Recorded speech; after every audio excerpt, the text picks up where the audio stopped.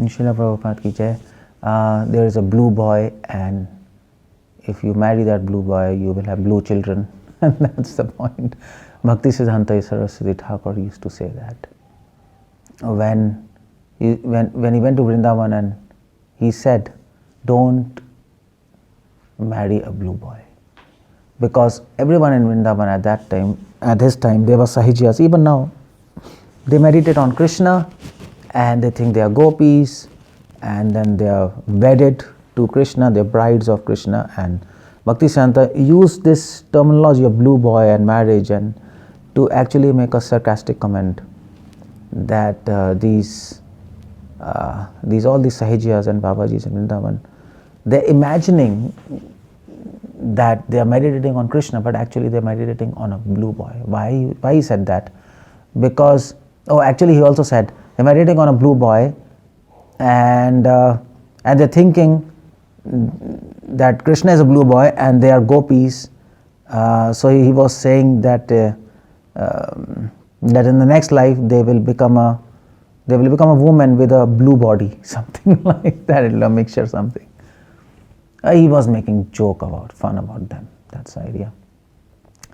But there was a philosophical stance behind that. He was trying to make people understand that simply imagining or thinking about Krishna, simply thinking about Krishna is not devotion. Although to always think about Krishna, never to forget him, that's the rule of devotion. That's the rule of all rules. That's the king of all rules. Satatam smarteo Vishnu vismrityo na jatu chet sarve vidhi nishadasyur eta evayor kinkaraha. All the rules are subsidiary to one rule which reigns or rules like a king, and that is always remember Krishna, never to forget him. So to always think about Krishna, that's what is required. In fact, that's Krishna consciousness. But here the point is, to think about Krishna may not necessarily be Krishna consciousness. Krishna consciousness means to always think about Krishna, but the reverse is not true. That if you're always thinking about Krishna, you are Krishna consciousness. Why? Because all these Sahijyas and Babajis think about Krishna, but at the same time they don't follow what Krishna says. That's a big divide. You're thinking about somebody, but you're not interested to follow what he says. Then you can imagine the person whom you're thinking, will he be happy or unhappy? He will be completely frustrated. So all these Sahijyas, they think about Krishna 24 hours, but they don't follow what he says. And mostly they are involved in illicit sex and sense gratification. And of course, if not that, they are artificially imagining that they have achieved Krishna. And that's and that's vanity actually. That's vanity, that's being extremely proud, where all our acharyas are saying that I cannot attain Krishna. All acharyas are very humble to the point that they are saying, everybody attained God, but I couldn't attain him.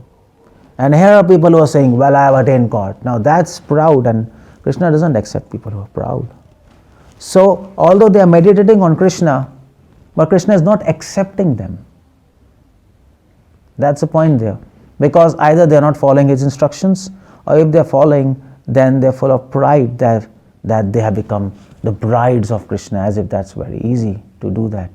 So Krishna doesn't accept this kind of mentality, this kind of lifestyle which is duplicitous, where you are meditating on him and not following his instruction, or which is full of vanity and pride and false ego that you have attained him so easily.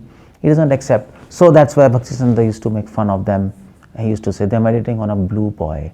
If Krishna doesn't accept you, then whatever you're doing in your imagination, it's just an animation, that's all. People see cartoons, it's a cartoon on the TV, it's a cartoon in your mind. It's the same thing. So that is why, by making this point, Bhaktisiddhanta Saraswati Thakur wanted to make a philosophical point that when you meditate on Krishna, that's very nice, and thinking about Krishna is nice, that's desired. But along with that, try to follow what Krishna wants. And be humble, and don't try to think you are uniting with God, but try to cultivate separation from Him. Come in reality, we are separated from Him, and pray to Him so that you be accepted by Him. That is how a devotee lives. A devotee lives with a hope against hope. As Raghunath Das Goswami said, that Krishna will one day accept me if he so desires. That is devotional attitude in Krishna consciousness. And if we live like that, then when we meditate on Krishna, Krishna will accept our meditation, our remembrance, and then we'll no longer be meditating on a blue bai, we'll be meditating on Krishna, who is Shyam Sundar and beautiful. So we remember why Bhaktisanta made this sarcastic analogy to make fun of them and gave us a very beautiful philosophical message. Hare Krishna. Srila Prabhupada ki jai.